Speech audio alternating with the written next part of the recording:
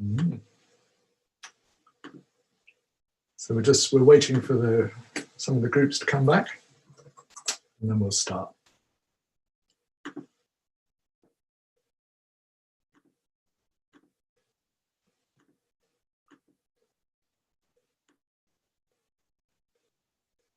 So we won't have any Australians and New Zealanders for this session because it's the middle of their night. Although there are one or two real keen people from there who've got up at 4 a.m. and tends to do previous things. I'm here. Some people from the States. We've got Ananta. Hi. Hello, hello. Yep. And from San Francisco. Hi. Yep. Good, good. So James will let me know when he reckons we can start in. People are still coming in. But... People are still coming in. We'll give them a little bit longer, but not too long. Vessantara, can we ask questions via chat, or we have to email you separately? You can ask by chat if you want to. Yeah. Particularly if it's a more immediate question. Yeah, some people have got questions from having done the practice, and I've had a few questions already, and they've been about stages of the practice that we will get to in a couple of days, something like that. So, but yeah, if I'm talking and you think, oh, what about that? Then yeah, by all means ask now. No. Good. So will there be a double meditation in the morning? Or just one? Double meditation in the morning. I think the usual Adhisthana program is there's a first meditation, starts with some chanting, and then there's meditation, and so that will last about 50 minutes. And then there's a 10-minute leg stretch, and then there's a half-hour second meditation. Yeah. Thank you. You're welcome. Yes. Okay, any other questions while we're just gathering ourselves? Yeah, about the recordings, because it's a bit early for us folk in the US. Where can we find them? James, you should have had a link with what was sent out before. It should have gone out, and I've reminded Caroline, which she hasn't done. Okay. Can we put a link in the chat during this session? Yeah. Yeah, we'll put a link in the chat during this session as well. So yeah. Thanks. Thank you. You're very welcome. Somebody just put the link in the chat. They did. Oh. They did indeed. Padmatara. Padmatara. Quick off the mark. Great. Thank you, Padmatara. The link is in the email that we got sent, because I've just tried it out. Yeah. Not the one that Vessantara just sent, but the one that we got sent a few days ago, like 3 days ago.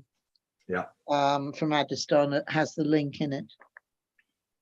Okay. So for all those of you who work by reading emails and noticing things, that's a possibility. Otherwise, it's now in the chat as well. Nageshvara. Good to see you. Good, good. All right, I think we'll start. And if there are other people to drift in, they can kind of move in quietly and sit at the back.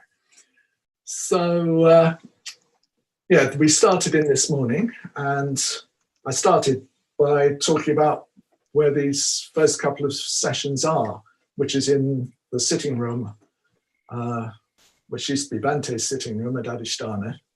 So I was talking about how this armchair, I had many interviews with this armchair, with Bante sitting in it. And yeah, I was talking about a little bit about that and about him, and yeah, just how central Bodhicitta and Bodhicitta practice was to him as a Dharma practitioner. It was just central to his life. And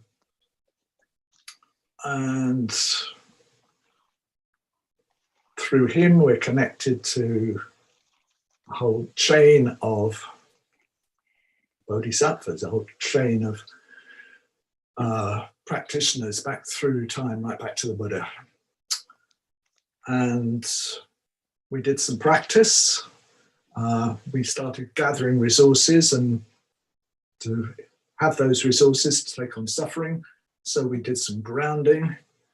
And I mentioned how this practice comes after the going for refuge and prostrations. And if you actually do the full thing and do 100,000 prostrations, you're pretty grounded after you do that. So yeah, we did some grounding. Just incidentally, it's interesting to look at our different meditation practices in terms of their energetic effect. We don't often perhaps think so much in those terms, but so the prostrations, they're obviously grounding. Then there's the Bodhicitta practice and the Mula Yogas, and then there's the Vajrasattva practice. And we think, well, that's a purification. We have Vajrasattva above our heads, and this nectar comes to us when we recite the mantra. But actually, the usual way in which the practice is done is that there is this flow of purifying nectar flowing down, again, through the body, taking energetic blockages away, down into the ground. It's one of the things that it's trying to do is to promote that flow of energy downwards, down to the earth. Yeah. It's also trying to promote that connection, that stability, with the earth, just by the way. So we did that, and we did some breathing, taking in, being open to life with the in-breath, really letting it in, and then really letting go into the flow of life with the out-breath, which was the beginnings of a Tonglen practice. It's the beginning of giving and receiving. It's getting us into that territory. And then I talked a bit about setting things up in terms of who are you practicing with and who are you practicing for. And we're practicing with everyone on the retreat, but more than that, we're practicing, as it were, beyond time with all those practitioners, all those people who aspired to realize the Bodhisattva path, all those who have realized the Bodhisattva path. And who are we practicing for? In a way, it's for all beings. But I was suggesting that we make it quite specific for ourselves also. It's good to have a particular person or people or situation where you feel, yes, I'm also practicing for them. And you can dedicate the fruits of the practice to them. And in that way, it sort of personalizes it. It tends to, yes, there can be a big heart opening to all living beings, but there's also that more kind of specific, direct heart opening when you start thinking about, yes, that person, my friend who's lost their job, my niece who's depressed, whatever it may be. And then this morning we ended up creating a mandala of us together practicing on the imaginative level. Yes, we're all around the world, but that needn't separate us. So we created a retreat mandala. Okay, so that was just a little recap. So we're going to start now looking at the practice. We're not going to get very far this afternoon, but we'll start. And I sent you 3 versions of the practice. There's the original one that we used to do in the early days of the order, taken from the Nyingma tradition, in the Tape Delam. And then there's the one which was produced by Subhuti in conjunction with Bhante in the early 1990s. And what we're using now is a just very slightly revised version of that, which came from Parami, probably sitting in this room here, talking to Bhante about it in, a year or 2 before he died. So this is the version we'll use. So it's for the development of the Bodhicitta. this practice explores the altruistic dimension of going for refuge. So through this practice, we're aiming to explore, to contact, to develop, depending on how we want to look at it, a deep love and compassion for all beings. And it's both compassion and wisdom. So it's a deep love and compassion based on knowing the nature of things, based on knowing the nature of those beings, based on knowing our own nature. And out of that comes this deep love and compassion, which propels us, which moves us to act for the benefit of all that lives.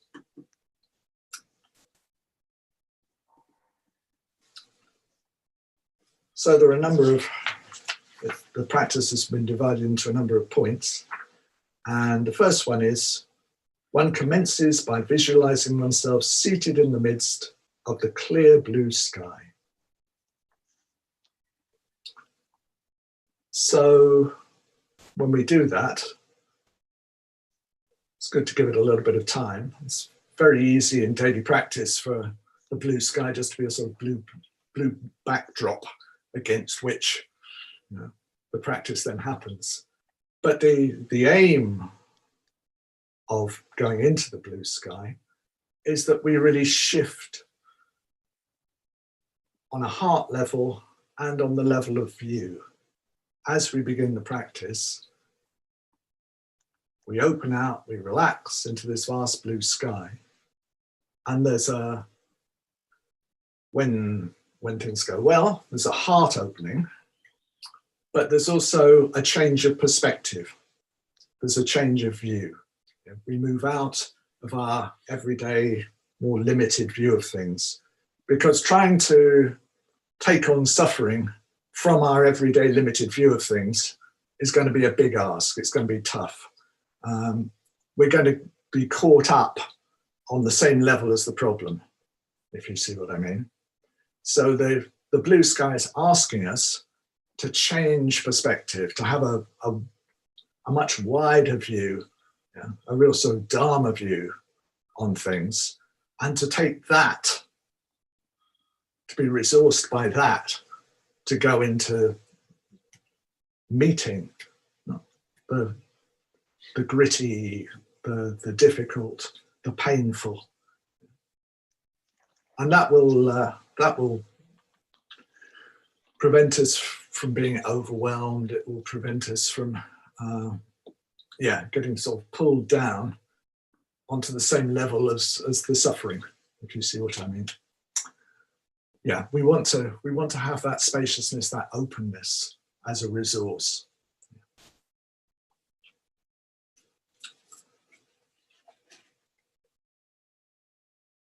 So when we go into the blue sky, what's that saying? What's that trying to communicate to us? Well, in a way, the blue sky is just what it is. The blue sky is just blue sky, and it's its own meaning. And some of us are more visual and we'll get a sense of, it's like being up in an aeroplane or up on top of some mountain in the Southern Alps or the Rockies or the Alps, wherever, and there'll be a sense of blue sky. For some of us, it'll just be a felt sense of spaciousness and openness, and sort of being invited into that space.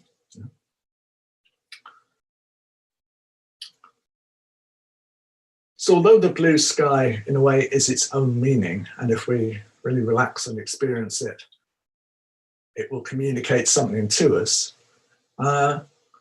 we can also work with the blue sky in different ways. And we can have a different understanding, adopt a different viewpoint as to what it's about, what it's trying to tell us. And we can adopt a different viewpoint depending on what practice we're doing. So I'm just going to touch on a few things. It'll be a little bit full, but what I'm going to say applies to this practice, but it also applies to any practice where we're visualizing blue sky. So first off, the blue sky, we can focus on different aspects of it to help our shamatha practice. Yeah, so we can, whatever our mind is doing, however we find our mind at the beginning of the practice, we can focus on some aspect of the blue sky that will help to balance it. So if we're feeling restless and uneasy, we can just focus on how completely calm the blue sky is. It's absolutely still. If we're feeling a bit kind of constricted and closed in on ourselves and tight, we can just focus on just limitless expansion. Real room to breathe. We can just breathe really easy in this great openness. No limits, no constrictions. All those are just gone. Just let them fall away. If we're feeling a bit kind of sort of a bit cold emotionally, we can focus just on how warm the sky is. Yeah, it's a real emotional warmth. The sky isn't a sort of dead sky. It's a living sky because we are visualizing it with our mind. Yeah. So yes, we can focus on the warmth of the sky. Just let it warm us right through, sort of physically, emotionally, on all levels. With a bit of reflection, you can find, an aspect of the sky to focus on for however you're feeling that will help to balance it. Will help to open body and mind and leave us sort of calm, stable, warm, ready to move on with the practice. But then there's also different views of what the blue sky is trying to tell us about how things are. And it could be telling us, like Nagarjuna does, that nothing has any fixed nature. Nothing is as solid and real as it looks. I can look around his sitting room and there's a digital radio and there's an armchair and they all look very kind of solid and real and substantial and reliable, and I feel like I can really trust and rely on them. But actually they're not quite like that. But with the blue sky, it's as if the veil's been taken away and we're being shown actually everything is ungraspable.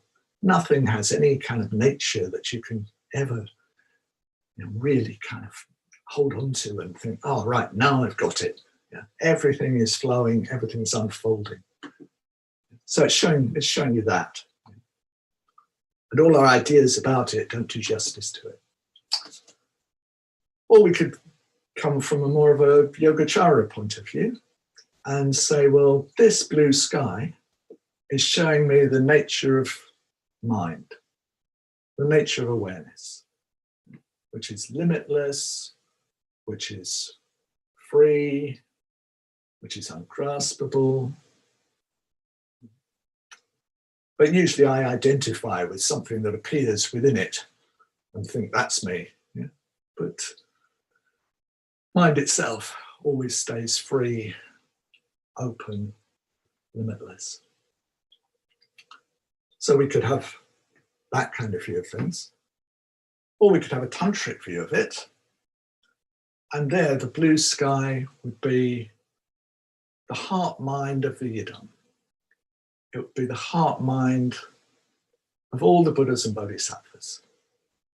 We tend to think, oh, when a lotus appears with a figure on it, that's the yidam.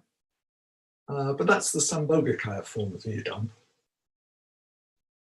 Before any forms appear, there's the Dharmakaya form, if you like, the Dharmakaya of the yidam, which is limitless, open, loving.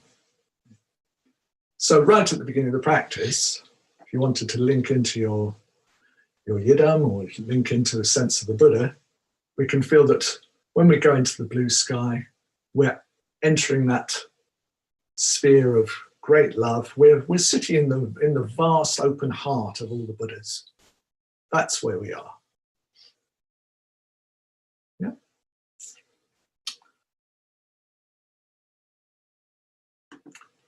So with any sadhana, we can take any of those views or any other Dharma view that we can link into it and use that as a way of opening up our heart and opening our view of things, bringing us back to something really fresh and new, something that has tremendous potential. But with this practice, because we're really going to focus on living beings, it would be good if we saw these things, particularly in the light of how other beings are. So if we see, well, okay, everything's insubstantial, everything's open. Yeah. The blue sky is just the open dimension, which enables everything to unfold.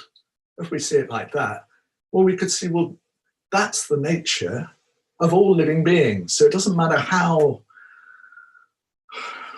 difficult, stupid, ornery, grumpy, jealous, greedy, and so on they're being, they aren't fundamentally always like that. They're a flow, yes, because everything is of the nature of this great openness. Yeah? Out of that openness, yeah, everything can transform. There's nothing about them that can't be transformed, which means that it's worth engaging with them. It means that it's worth practicing the Bodhisattva path, because they all have that potential to keep on transforming and transforming. We just have to see how we can set up conditions to help them do that. But nobody is just like they are now, forever in any way. Thankfully, we aren't. And yeah, even the most, the people that we find most difficult, the people who we feel are wrecking the planet, whatever, they're not like that either. So that we get that sense of potential. We're focusing on people's potential. Oh, so that would be, yeah, taking that Madhyamaka view of emptiness of inherent nature and seeing how it could apply. Yeah, when we're focusing on living beings. We could also take that Yogacara nature of mind way of looking at things, and it's the same thing. Yeah, you see people going around in very limited mental states, lost in their own worries, lost in their own preoccupations, not aware of us at all, bumping into us, completely, seemingly caught up. But the nature of their minds, whoever they are, fundamentally is the same. It's this great, open, unbounded capacity, so that we can start seeing people like that. And when we do that, then, and particularly as we contact more of a sense of the nature of our own mind, we start really naturally feeling more compassion, because we feel, yeah, they have that tremendous potential, and they're like that at the moment. They've lost track of what their minds are like, and so they're spending all their time sitting watching, binge watching, movies, or gambling their lives away, or whatever it is they're doing, drinking their lives away. And that wonderful potential, they don't know it's there. They haven't found it. So yeah, the more we feel that, we see, yes, it's not even just tragic that people are or wasting their ordinary human potential, they're not finding that extraordinary potential that the Buddha found. They're not finding, that wonderful kind of capacity that our minds all have. And we could help them, particularly the more that we also keep working on our own practice to find that freedom, that expansion, that complete relaxation for ourselves.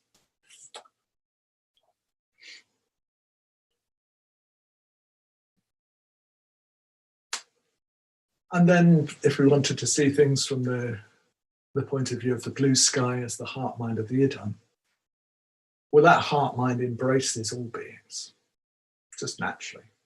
Embraces us, but it embraces whatever appears, whoever appears. So we could really tune into that. So it's like, if we're practicing Tara, say, then the blue sky is Tara's great heart mind, which cares for all beings. Whenever a being appears in that great open love, of course it's cared for, of course it's looked after. So that would really take us into the heart of the Bodhicitta, right at step 1. Okay, that was quite a lot in about 10 minutes.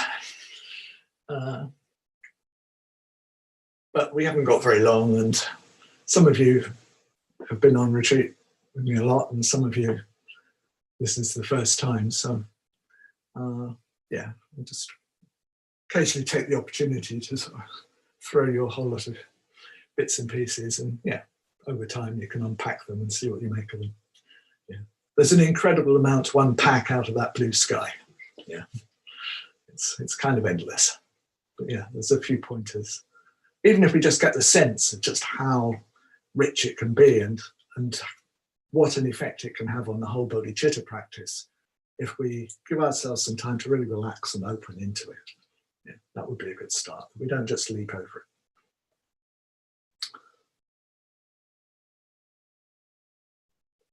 Okay, is there anything else I need to say about that? One commences by visualizing oneself seated in the midst of the clear blue sky. When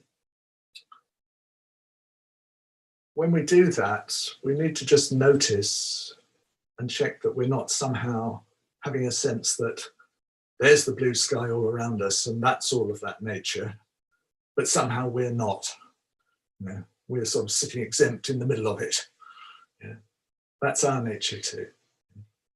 And if you've been practicing with the blue sky for a good length of time, you might even want at the beginning of the practice to allow everything that you think of as you to dissolve into the blue sky as well. Then it would be a bit like at the end of the 6 element practice. You would just, there would just be blue sky, completely open, and it wouldn't have to have a reference point. It wouldn't have to have a center, wouldn't have to have anyone looking out at it. It would just be really open. And then there wouldn't be anyone that we'd have to be concerned about in the middle of it. There wouldn't be anyone that we'd have to kind of think, oh, am I all right? It would just be open, loving blue sky. And then if we need a sense of a me as we go on into the practice, okay, well, we can lightly bring back a sense of a center to it. So if you're just getting used to practicing with blue sky and things, it's probably okay just to be in the middle of something of it. But if you've been going for a while, it's the next step you can take.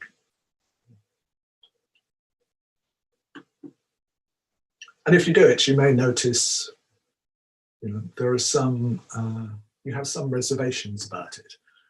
There's a kind of, can be a fear of falling or a fear of losing yourself. But you can't fall out of your own mind, you're all right. And all we'll lose is a very limited identification. You know, mind has got a bit lost, and yeah, it's a bit like mind is some vast screen which is showing some documentary about the 1950s or something, and we think we're one of the characters in that. You know. So so now we're sort of in the 1950s, you know, sort of trying to make a living or whatever. But that's actually we're the whole screen. Yeah, it's like we got identified with one of the characters in a story.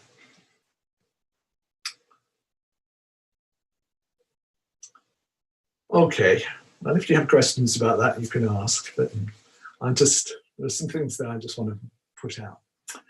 So let's now spend a bit of time in the blue sky together. And yeah, that will probably be just about the end of this session when we've done this meditation. And then the next session begins in 2 hours' time from the end of this one. 2.5 after the end. You don't want questions now, do you? Are there questions now?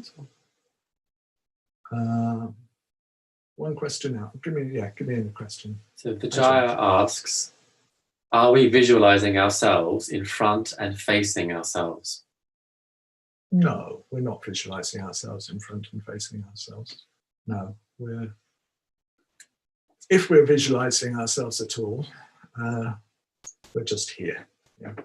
And we can let our body, if we have a sense of, right, here am I in the middle of the blue sky, and here's my body.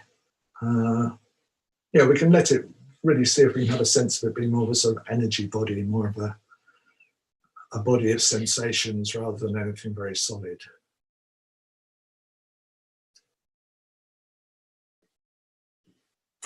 Okay.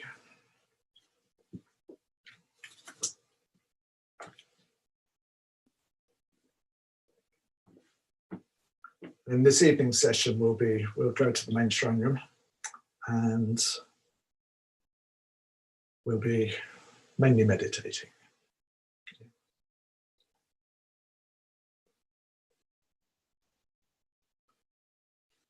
So let's sit quietly just for a minute or two.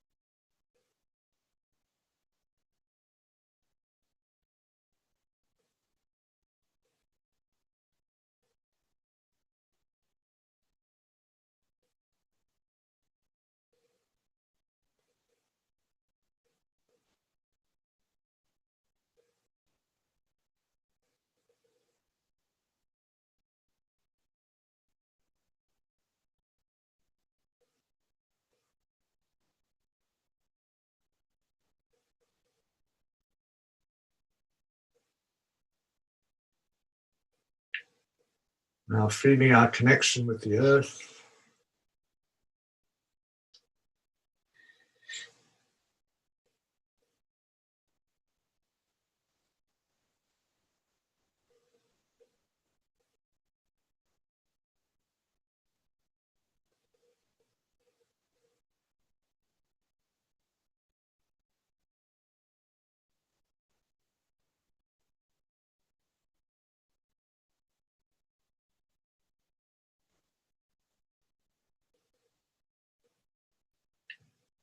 Taking energy and awareness down into the ground.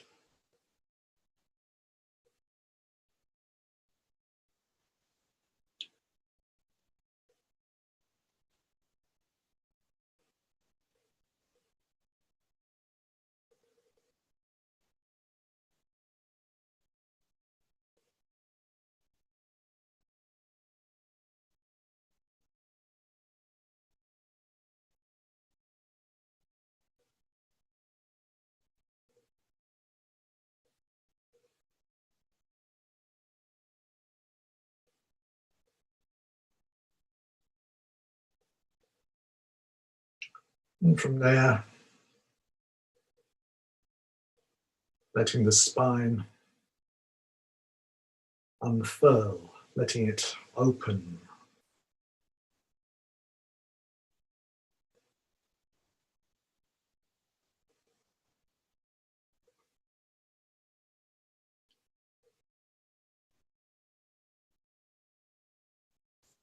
Finding a posture that lets energy move as freely as possible in the body.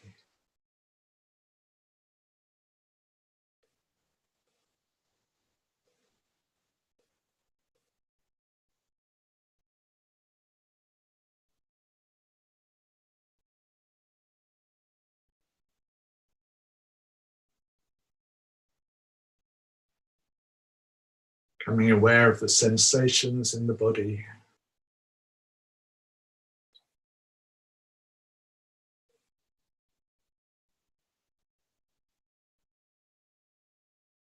Constantly changing.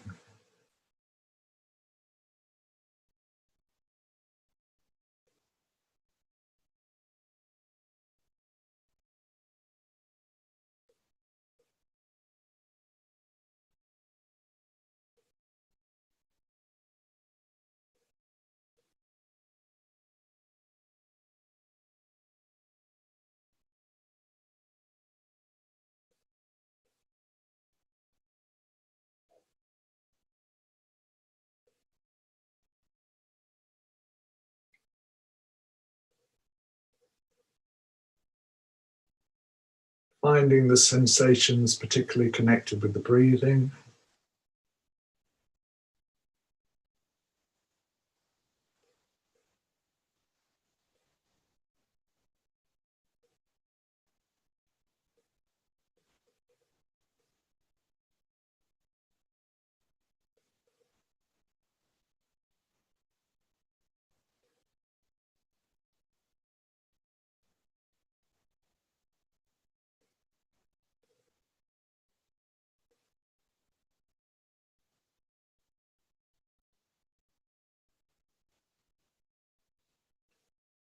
Focusing on the out breath.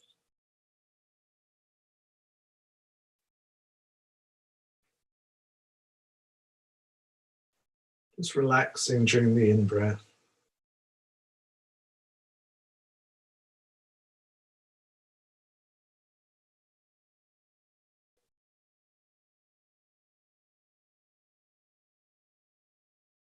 Letting the out-breath lead us into a sense of spaciousness.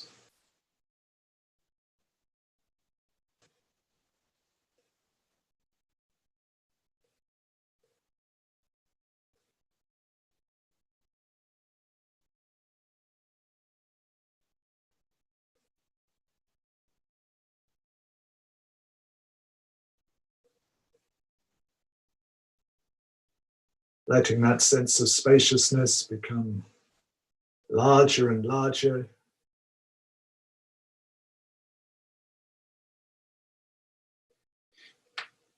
Letting it open out into vast blue sky.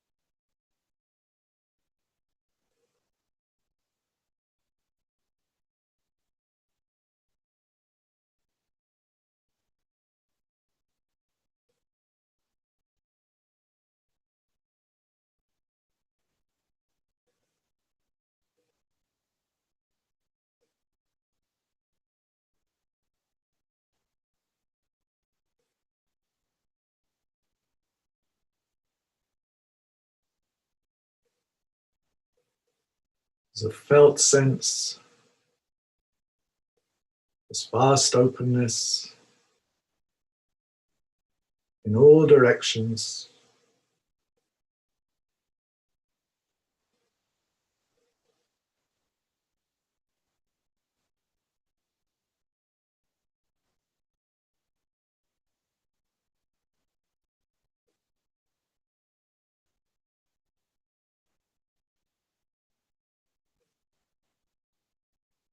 It can be a felt sense of warmth.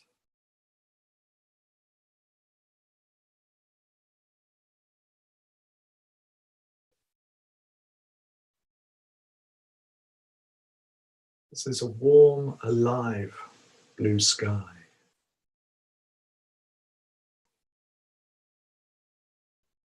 Full of potential.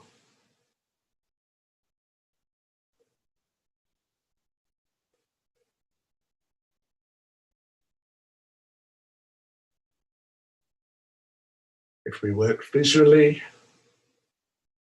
see that blueness, can help to imagine or remember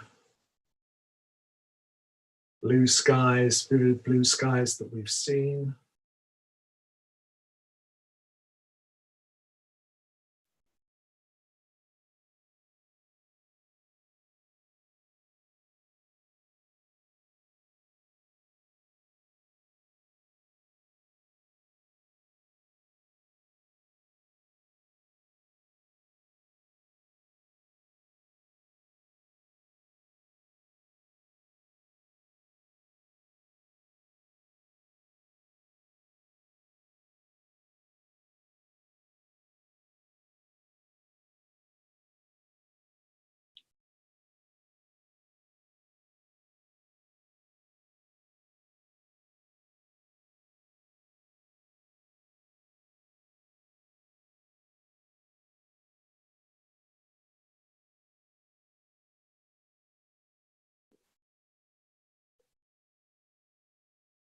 Let's focus on an aspect of the sky that feels as if it will be particularly helpful for us as we are now. You can focus on the freedom of the sky, its vastness, how calm it is, how peaceful.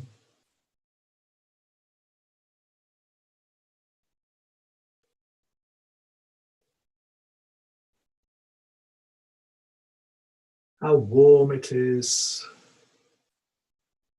letting it warm and relax us right through.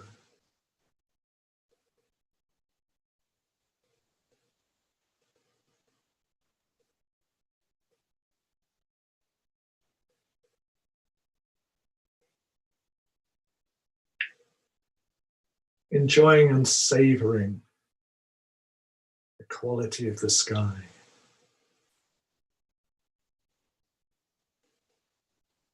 Letting it have its effect.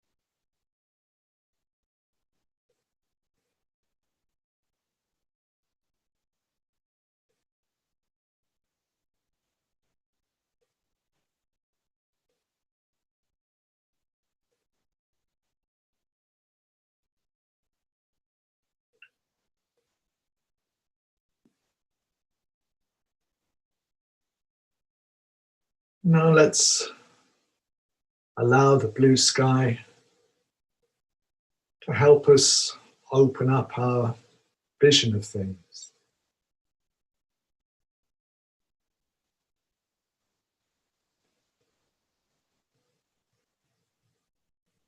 So the blue sky is trying to communicate to us that nothing is fixed, nothing is solid, nothing is forever.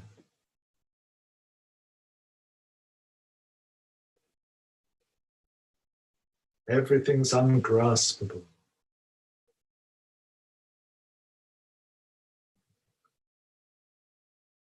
It's that ungraspable quality that enables the flow,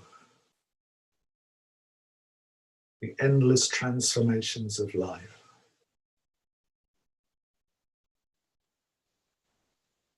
It enables our endless transformations.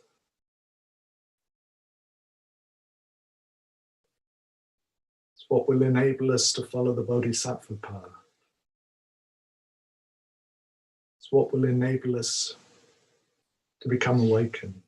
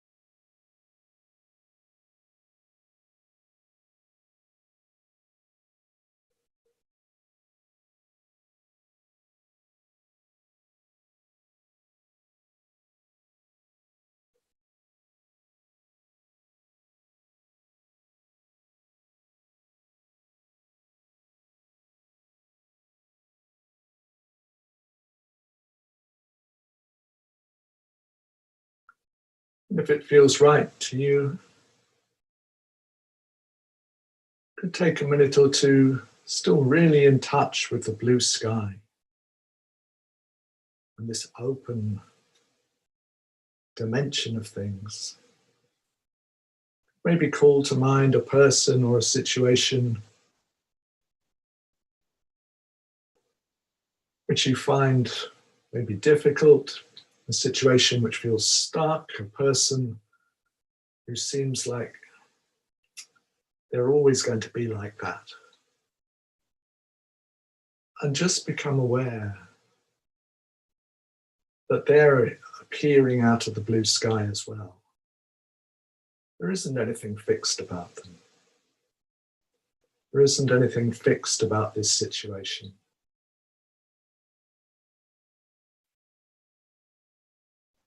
Let's let the blue sky give us a sense of potential.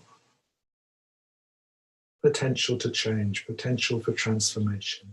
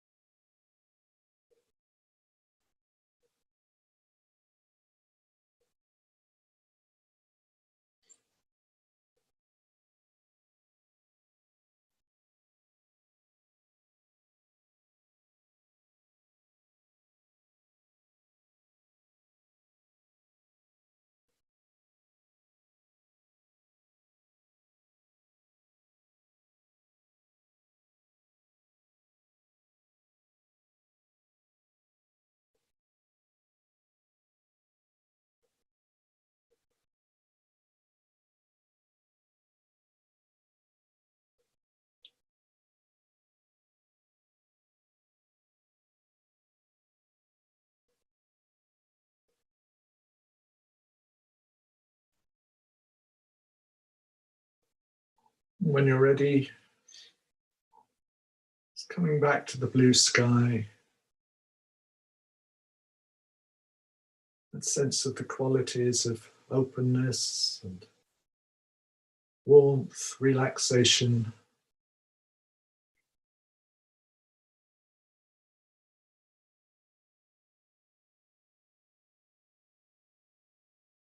Let's see if we can relax any sense of looking at the blue sky out there. Just in a very gentle way. Really feeling ourselves to be part of the sky.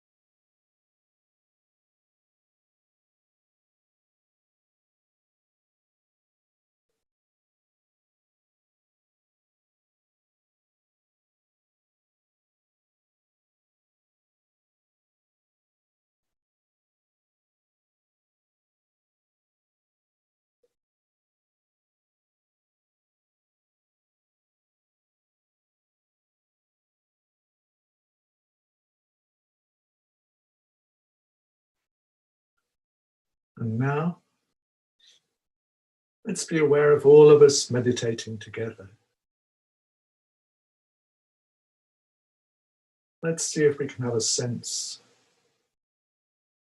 of all being part of one vast, open, loving, serene sky.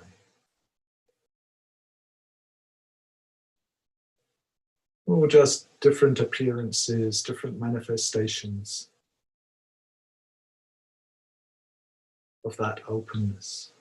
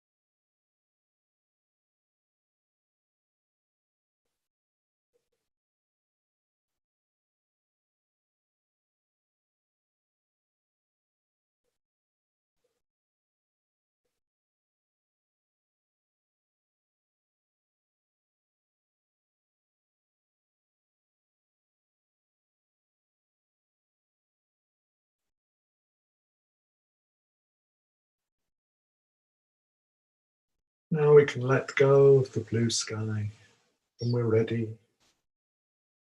Nothing to do.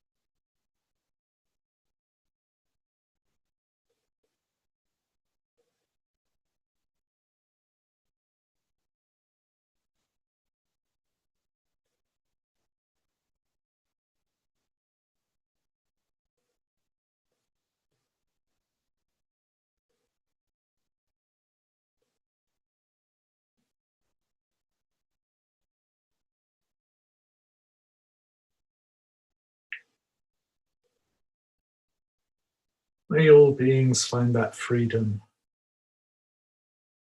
that potential for complete transformation.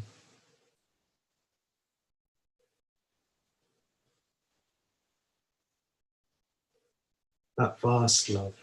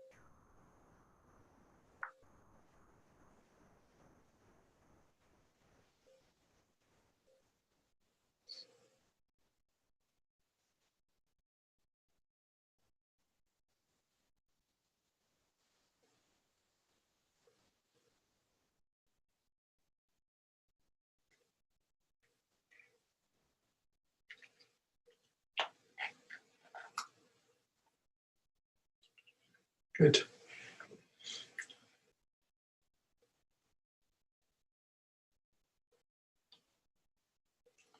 See some of you in a couple of hours' time.